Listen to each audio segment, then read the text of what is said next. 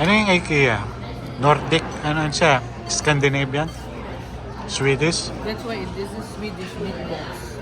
Oh, Swedish tradition. 50% na pala yung 450. Ang dami 50% yun.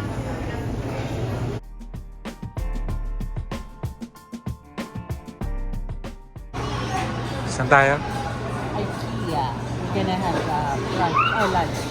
Pinakamurang pagkain sa Calgary. Ayun o, 450 lang o. $4. Fish and chips. Sa yun. Ano ba to?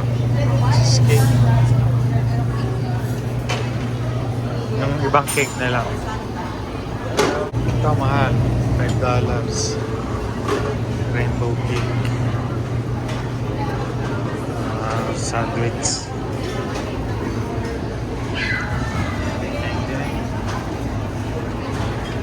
Yun, ayaw niya? Yeah. Sigurado ka? $4.99 na... You can get it. Sakainin mo. Go. 50% na pala yung 450. Ang dami 50% yun. Yan. Balls.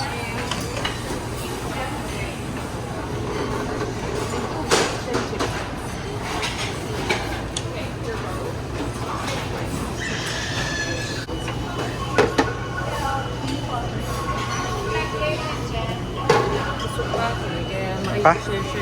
Ang dami nga yun. Ito lahat to. Kano yan? 30? $30.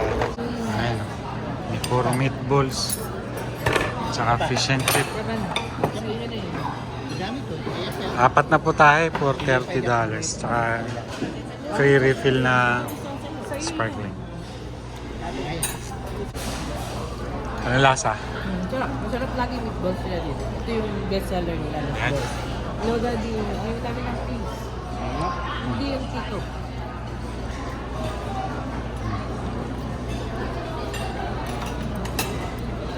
Meatballs. $4.50 na meatballs. $4.50 na meal. Ano yung IKEA? Nordic? Ano siya? Scandinavian? Swedish? That's why this is Swedish meatballs. Oh, Swedish tradition. Ito pala yung mga Swedish tradition. Fries and mashed potato. Tsaka fish and chips. May spaghetti meatballs kaya lang ubos eh, no? Yeah. $1.99 lang, di ba? Kaya ito yung famous nila meatballs. Ayan. Cheesecake. Kaya. Okay lang. Kami. Mumurahin na cheesecake. Mas sarap din sa Costco. $2.99.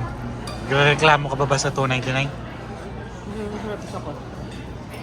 Yung salmon natin. Ayun, bili lang ako. Cheesecake. Hindi ka mahilig sa fish.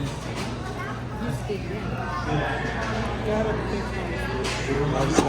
Wala eh. Salmon. Usually meron. Mahilig kong sabi sa matin doon.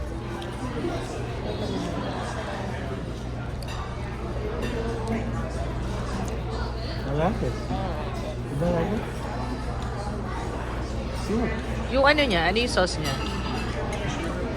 Ewan ko ano to. Mukhang ano.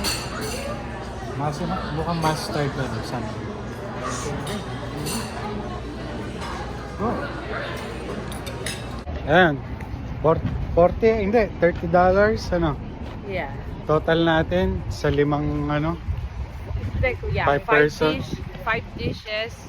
Tapos may cheesecake ka. Saka May salmon. drinks. Oh, may drinks pa pala unlimited. So, ano na? Sulit. Sulit din. Nakakabusog din siya. Tsaka para may iba naman. Para sa 5 person, then mura na. Diba? Okay. Just look calm. Peace and love.